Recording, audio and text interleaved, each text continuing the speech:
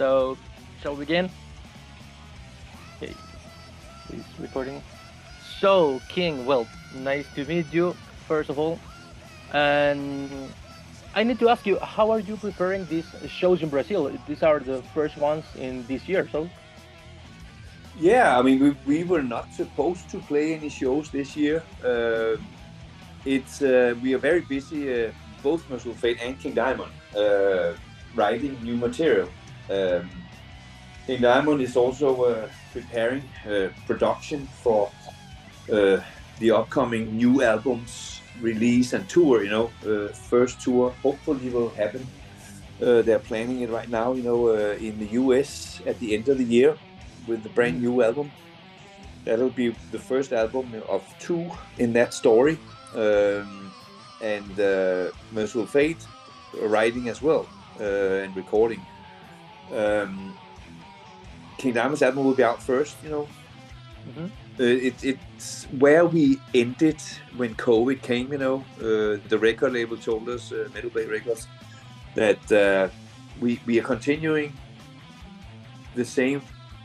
from the same place where we stopped. And that was going to be a next King Diamond album, and that's what's going to happen next. When it's done and we've toured that new King Diamond album, Mercyful Fate will have a new album ready to be released. Wow. And then we will get out and tour that, and with updated show production and everything. And when that's done, the next King Diamond will be finished and ready to go out. And I even know what the production of the King Diamond stage is going to look like this time, but also next tour for the last. Wow. So there's a lot of things have been planned. There's a lot of stuff right now. It's the Jaguar Salzburg is almost finished. I'm doing vocals at the moment. When I'm finished, Becky will do bass one more time. She's done one bass, but we want her to be the last to record. That's the thing that we want to do for Mercyful Fate and King Diamond, is to give the bass player the chance of really doing special stuff, like Old Uriah Heep, for instance. Where and we did it ourselves with Timmy Hansen when he was playing for both King Diamond and Mercyful Fate. That the bass player might follow the guitar sometimes he'll follow vocals or choirs, backing vocals or whatever.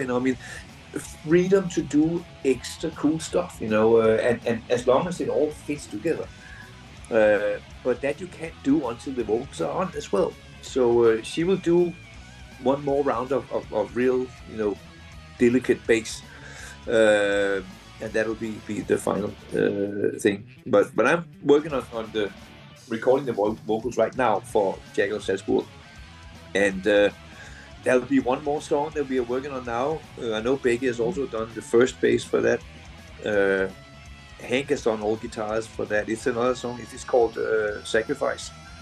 It's about 4 minutes long. The one I mentioned before is the Jaguar Salzburg. It's 9 minutes long. That's the first one we actually play live sometimes now. But we hope we can get it finished, mixed and released before we come down to South America, so that you can hear the version with all the vocals, all the guitars, all the stuff that Mercyful Fate song will normally have had in the old days.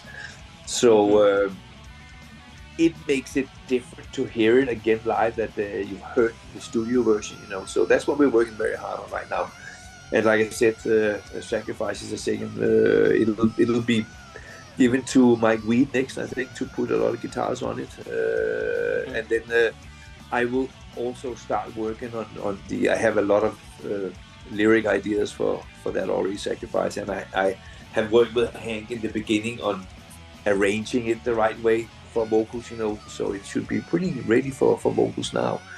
And there's a third song I'm not going to talk about, but that we are working on as well. And then I have a couple of songs on my own for Mercyful Fate, the title track for the next album, and some other stuff, And then King Diamond, I'm working on 4 of my songs, and the intro and another smaller 2.5 minute thing, and 2 of Andy's have already been worked on for arrangement, you know.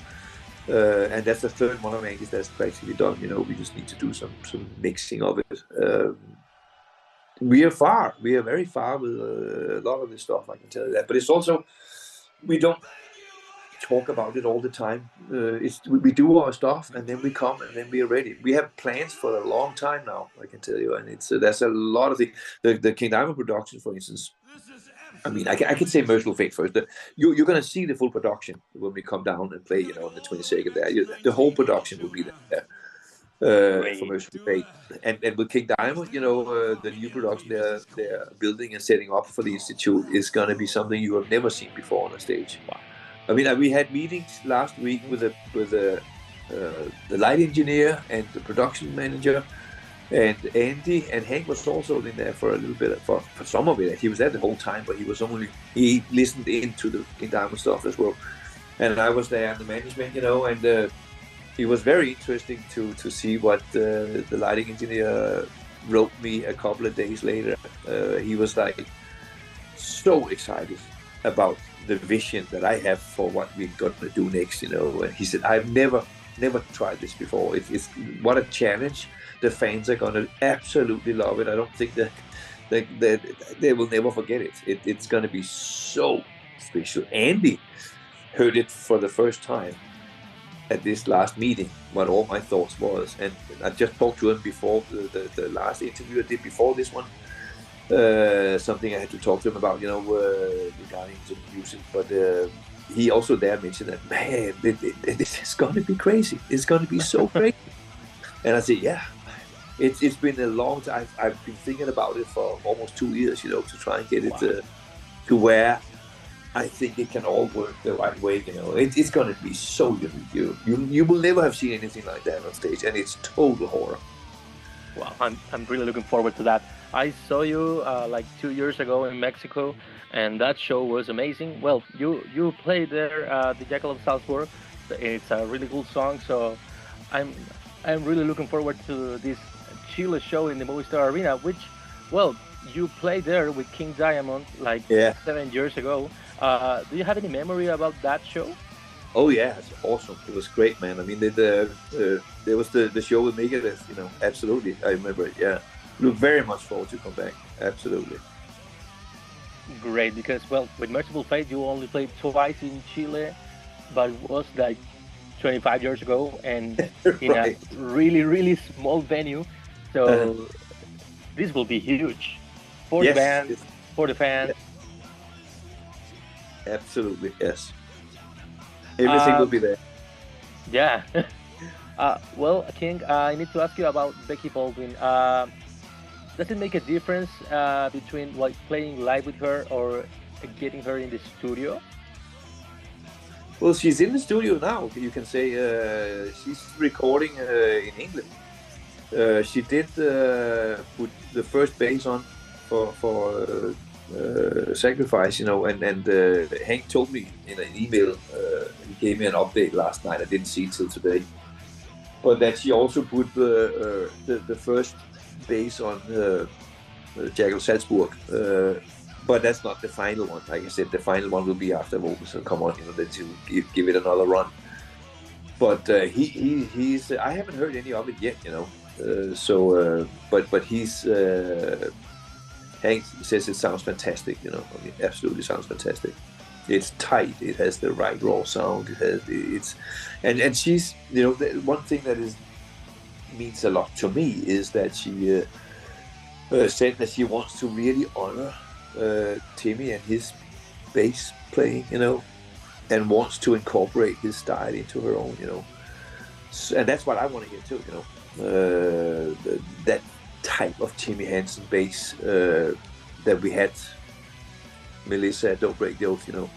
If you listen to these albums and just listen to the bass guitar, there is so much going on, such intricate bass playing he did back then, and it just fits, you know. And that's what we are after now. Yes. Well, the bass lines in Mercyful Fate are really intricate. Yeah. And it's really cool to have. That, you know? She can definitely do it. She's an amazing bass player. I mean, her skills are top. Wow. Well, King, well, this is the first time we have you here in this site, so I need to ask you about your beginnings as a musician for all our fans. What made you start as a musician in the metal scene? Oh man, that's a long time ago. Yeah, when end of the 60s, 70s, you know, early 70s. All the music there, you know, buying some cassette tapes. You know, I had a little cassette tape recorder with a radio in, so I could record sometimes from the radio and stuff. Just really primitive, you know. One day I got a bigger tape recorder, reel to reel. You know, I started recording some stupid little stuff. You know, I actually recorded like. This is ridiculous, you know, but that's what you do as a kid, you know. I mean, I had a piece of wood and I had 2 nails in it, and between the nails there was a rubber band, and if I pressed the rubber band, they could say bam, bam, bam, bam, bam, bam, bam, and I recorded that. And then I would record hitting on some little can, you know, ding, ding, ding, ding, ding, ding. That was my first. I did like that. I was just. It interested me, you know, even though it didn't sound anything like the real bands. But I was saving up money. I eventually got to where I could also buy a turntable, and then I already had listened to the first Black Sabbath, Deep Purple in rock, you know, and the Paranoid as well, the second Black Sabbath. So I knew a lot of that music. But when I finally got my turntable, the first 3 vinyl albums that I went and bought there. With my money, I spent all my money back then on vinyl or going to concerts, you know. So I saw everybody. I saw Uriah Heep, my favorite band, you know, favorite singer, David Byron. He's not here anymore. 6 times, 6 times David Byron. You know, I saw every time, and so I saw Thin Lizzy. I met Thin Lizzy with Phil Lynott. I had Phil Lynott autograph. I have all their autographs. I would stand outside in the snow and rain and wait for getting something from Geezer Butler, Black Sabbath, that looked like a G, you know, but before he stepped into a limousine. I mean, I done it all. And that's why today I understand what it means to be lucky and catch somebody and get an autograph or whatever, stuff like that. I know what it means. And I'm still getting starstruck when I meet people. I mean, I know Metallica very well, but I mean, it's still special whenever we meet, even though we are super good friends. You know, it's the meeting Robert Halford. I know him also now. I consider him a friend, right? I mean, it's meeting and stuff like it's like this is Robert Halford. Are you kidding me? You know, I mean, I can't help thinking like that. You know, it means a lot. You know, I know what it means for other people to meet or stuff like that, you know. So I try whenever it's possible to do whatever I can, you know. And but that goes all the way back to the beginning of me being a super fan, you know. I mean, absolutely of music. And I got all, but the 3 first vinyls was already known Black Sabbath, but it was 1971, and that's where I bought the Master of Reality, and I bought Fireball, and I bought Jethro Tull, Aqualung, and that was the 3, and then I think it was a week later I got money again, and I bought the very first Wishbone Ash, which is quite heavy, a lot of great guitar playing on it. I also saved up money at that time to play, not to play, but buy my first electric guitar. I was so fascinated with the Communication Breakdown, Led Zeppelin, you know. Led Zeppelin. Just the raw sound he had there. It was like, oh man, this is... Yeah. And I finally got that guitar. It was a Blue Explorer, a copy, you know, but I think it was Japanese made. Somebody else, I told it one day. They said, "Oh, I know. I think it was called by Morris." Japanese, it was famous Japanese one. They made better guitars than Fender did sometimes. They said, but anyway, it's kind of a copy by Morris, and I came back with it. I knew nothing. And I got it out of the case, and I couldn't believe it didn't say anything. It just went cling, cling, cling. It's just like, what the hell? It needs to say, you know, but it Yeah. didn't. And then our neighbor heard about it, and he came in and said, "Hey, you need to have an amplifier and a speaker. You know, need a distortion pedal." But he was an electronics mechanic, so he built. He pretended that I was helping him, right? But he built this amplifier, and there was a red button to on and off, and then there was a black button. And when you pressed that black button, it had that super raw sound, you know. And then I had 2 cabinets he built me as well, speakers, and that was my first stuff, you know. That was back in 76, I think it was, that I started playing some guitar with this band called Brainstorm, is what we called ourselves. We played at a local library, you know, and we were playing way too loud, you know, and they were just like, too much. But that's where we had like, so 1 or 2 times a week, we had 3 hours we could play a little, just me, and the drummer was from my school, from my class. And then there was a guitarist, and then later on we got, no, that was, there was the other guitarist, yeah, and then a bass player came later, but it was the early days before then. So I started playing guitar, but then I joined a band called Black Rose, you know, or we called ourselves Black Rose, and they wanted to play Deep Purple and Rainbow style, Kansas, stuff like that. Yeah. And we were just 4. There was no keyboard. I'm like, how can we play Deep Purple without keyboard? That's not good, you know. So we didn't have it. We actually broke up before me and the guitarist continued, and we looked for someone. We found a band that had lost their guitarist, but they were a drummer and a keyboardist and a bass player, and they were really good. And there was a band called Virgin. And then me and the guitarist there, who was a total Richard Blackmore fan, and he could play just like Richard Blackmore. It's incredible how he had learned all those tricks. But so we went together and formed Black Rose, and then we started playing shows, and we did that compact disc you can find, you know, that was called The Night of Rehearsal. That's just live in the rehearsal room. But we wrote our own music, and we played covers. But when we played live, we wouldn't play the standard Smoke on the Water and stuff. We would play Living Wreck from Deep Purple, or Fools with this long knob solo and stuff. So they were very, very good musicians, you know. And that was when I started singing, was with Black Rose, the first version. Because I stopped playing guitar with this Brainstorm, you know, and I was looking for another band. I couldn't find one that needed a guitarist. So there was one that looked for a singer. And I pretended to be a singer, but I couldn't sing at all. I came in there and they said, okay, let's hear you sing. Okay, what do you want to play? Let's play Space Trucking. Oh my goodness, man. So I just screamed my way to Space Trucking, and then I practically had no voice afterwards. But I was the best that they tested, you know. Yeah, and nice to begin. Then I continued, and then I learned more and more. And then there was a fan at one point that actually after a show told me, you need to sing with the falsetto more. I had no idea what it meant, you know. So it's just, I don't understand what you say. Oh, you sing the high, you know, you should do that more. I said, okay, man. I was thinking about it, and then I thought, hey, maybe he's right. Maybe I should try it. So I started working on it there. That was then that Black Rose stopped at one point because the keyboard player's girlfriend wanted a new kitchen, and he sold his keyboards. And then I said, that's enough.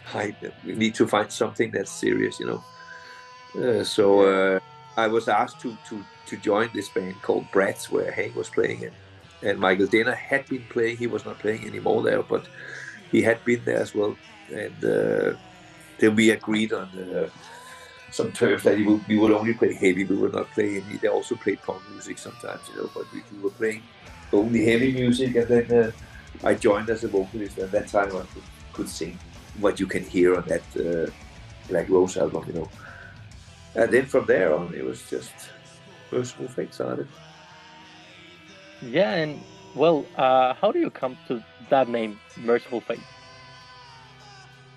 One of my best friends, his name is Ken Anthony in Denmark. He was helping us a lot, almost like a manager in the early days. And his girlfriend, he also worked at a record store that I would go and buy albums in all the time.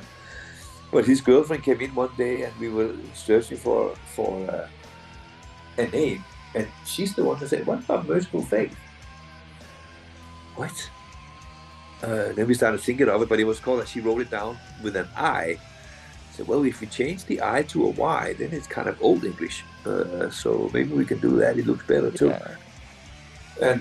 And so she came up with it. Her name was Nana, I think. Nanna. So yeah, that was a girl that came up with it. Wow. Long time. One of the coolest names in the heavy metal scene. So yeah. And Yeah. just yeah.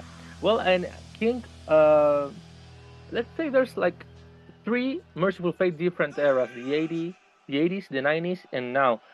What's the main difference between these 3 like eras?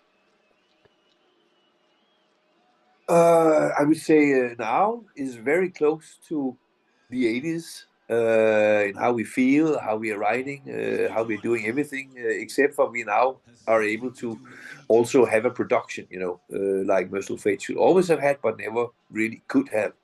And now things are the right way. It's like the stars have aligned. It's like that was one of the things that I said, it must be there for us to start again. We must be able to go out there. I don't want to go out and play and just have a backdrop. It belongs together. So that's the difference from the 80s to now. The 90s, we certainly still Mercyful Fate, I would say. But I think, and I think Hank also agrees with that. There was a time. Not so much. In the Shadows was pretty within Mercyful Fate, I would say, and then a couple of albums started getting too complex. It was almost like it was not natural anymore. It was more. There's some very complex songs in there that is like, why does it have to be this complex? In the old days, it was complex just because it was natural. Yeah. We didn't think about it. We just wrote from inside, did it, recorded, and it didn't feel complex to us at all. It was just normal.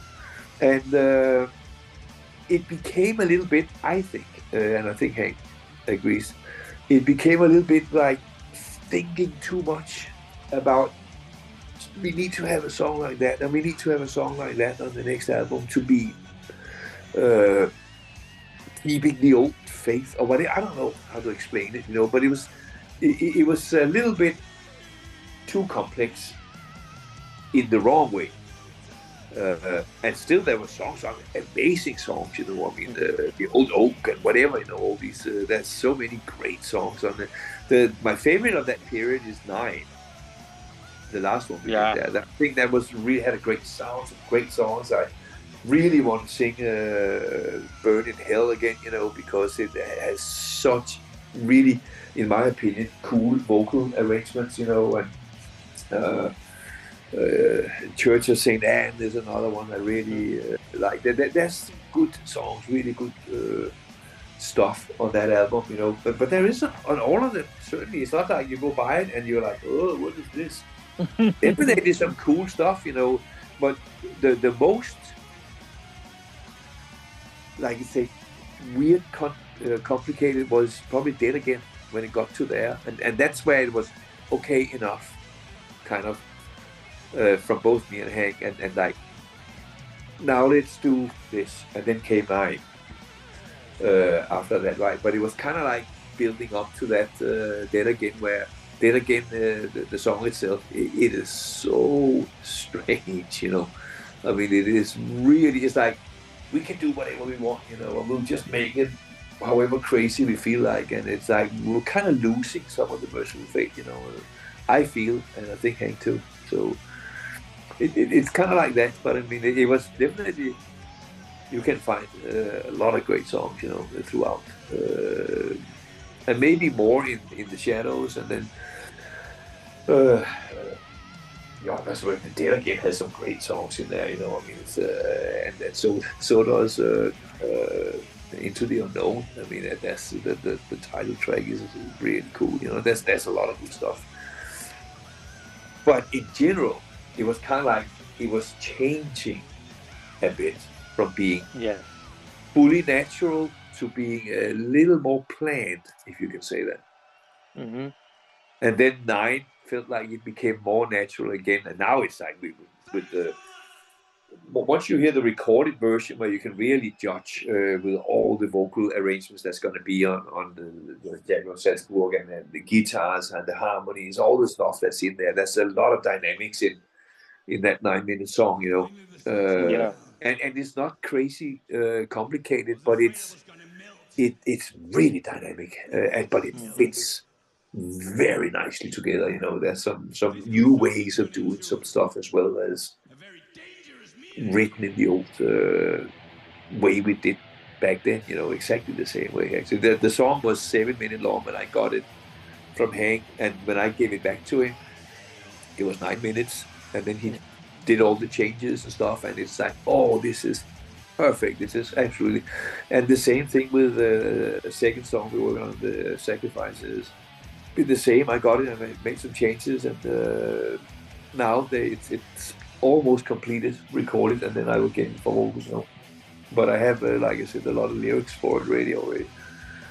So, and a third song, but I might have already told you that. I can't remember who I told what to any longer. I can tell you, I did 4 hours interviews yesterday, and it's just like I don't want to repeat myself if I've already said it, you know. But it's like there is a third song we work on, and I'm doing the title track of the next album, Mercyful Fate, as well at the moment, you know. And that's another one I work with.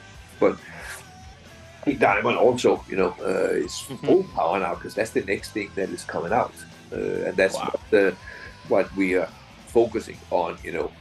Mercyful Fate, we do this, the Jaguar Salzburg. I really hope it gets mixed and released before we get down to South America.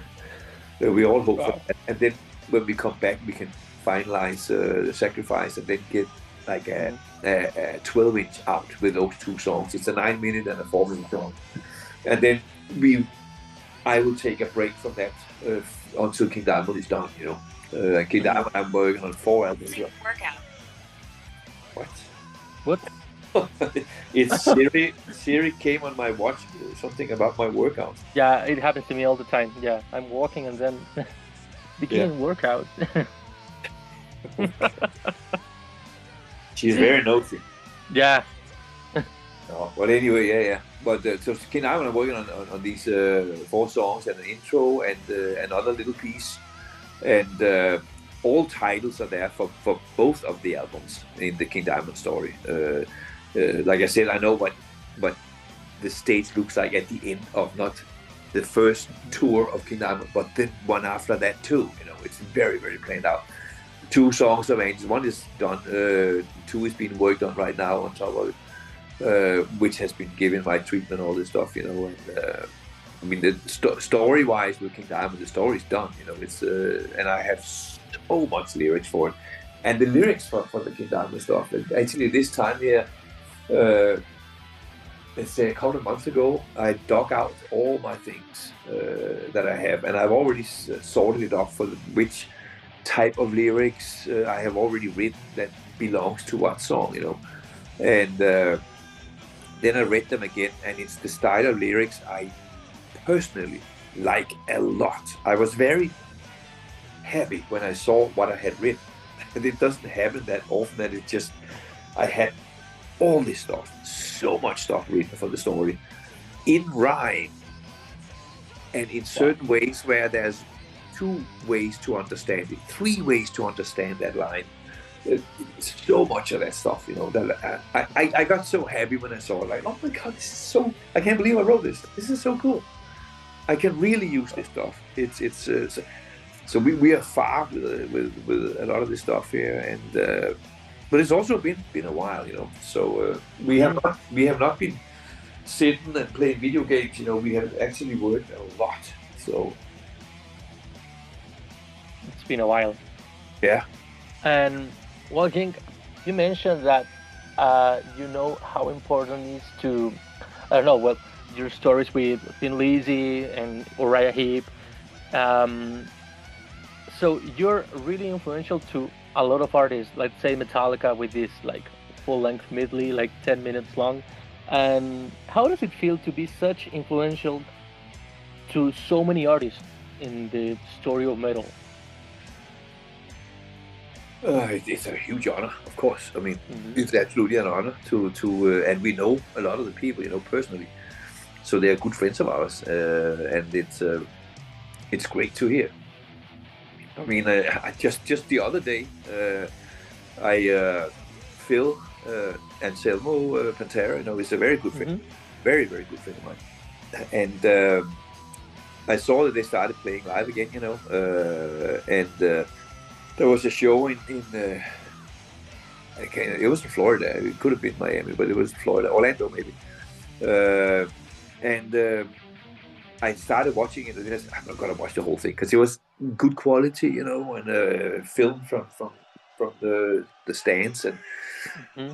they got to somewhere in the middle of the set, and he was talking to the audience between songs, and he said, "Hey, it's really awesome to see all you people here. You have really good parents, right? Because they let you go and see us and buy our album, all this stuff. So you should thank your parents a lot for all this stuff.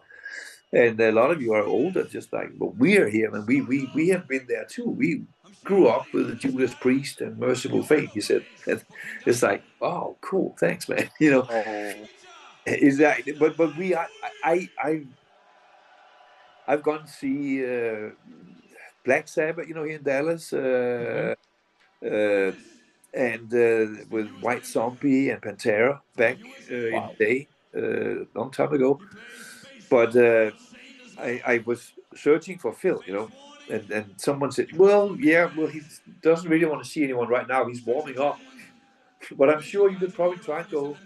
He'd probably see you." But he said, "Down at the end of this hallway here, last dressing room."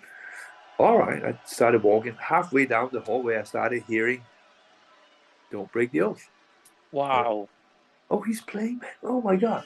I came in there and he's sitting there just warming up to "Don't Break the Oath."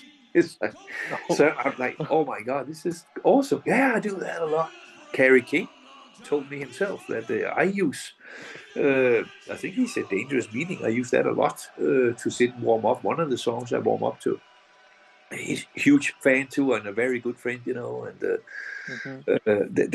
there's a lot of people in the business, that we know very well now. Like Halford, I've gotten to know, and there's like Gerard Way of My Chemical Romance, My Chemical Romance, yeah. the whole band.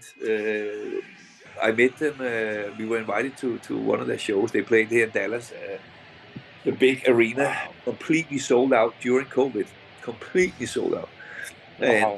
we went and saw them there, and it was as if we've been friends for 10 years. I mean, it's and I found out that Gerard is a huge fan, and they all were fans of Mercyful Fate, but he was extremely big fan. And later, that just a year ago or whatever, or 2 years ago, they played, I think they played 6 shows at the LA Forum. Oh, Yeah, I mean, they are so mega, But yeah, only 20,000 people. yeah, yeah. And one of the shows, he played a full show in a Mercyful Fate t-shirt. Oh. But it was because of his best friend, I think it was, at least Hmm. one of his very best friends that he had lost, And Oh. he used to hang out with him at their rehearsal room, I think, which was kind of a camper. Hmm. And they would sit there and in their Mercy shirts and listen to Mercyful Fate. I mean, super inspired by it and all this stuff. And so we just hit it off that night that they dedicated a song to me and all this. And we were there in the dressing room till their boss left. We went out there and just, yeah. And since then, I mean, they're super nice guys and great concert, man. I mean, they really played well. It looked amazing, and it's just they are very nice people, And yeah, we are friends, you know, absolutely, really good friends. And it's, there's, you know, you meet a lot of people, and I mean, and you become friends if they are nice. The same with Pantera and you know, Anthrax. I met Belladonna, you know, for the first time. It was actually 2 years ago in an airport, and we talked for a while, and he was so cool, man. And Charlie, of course, plays drums for Pantera as well now. You know? Pantera, yeah.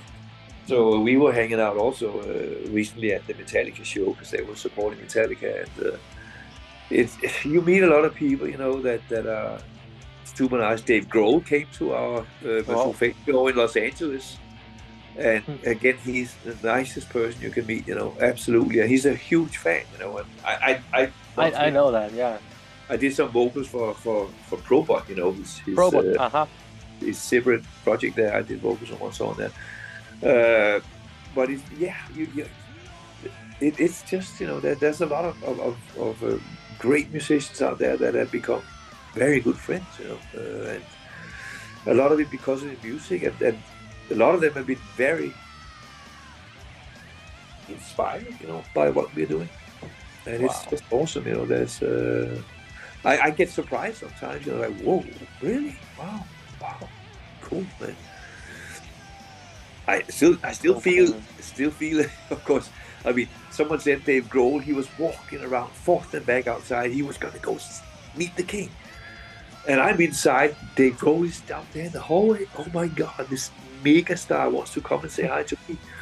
And then when we meet, it's like we've known each other for a long time. It's just, and that's happened so many times because we have the same interest. It's easy to talk, you know. We have music that is we are both into in the same way, you know.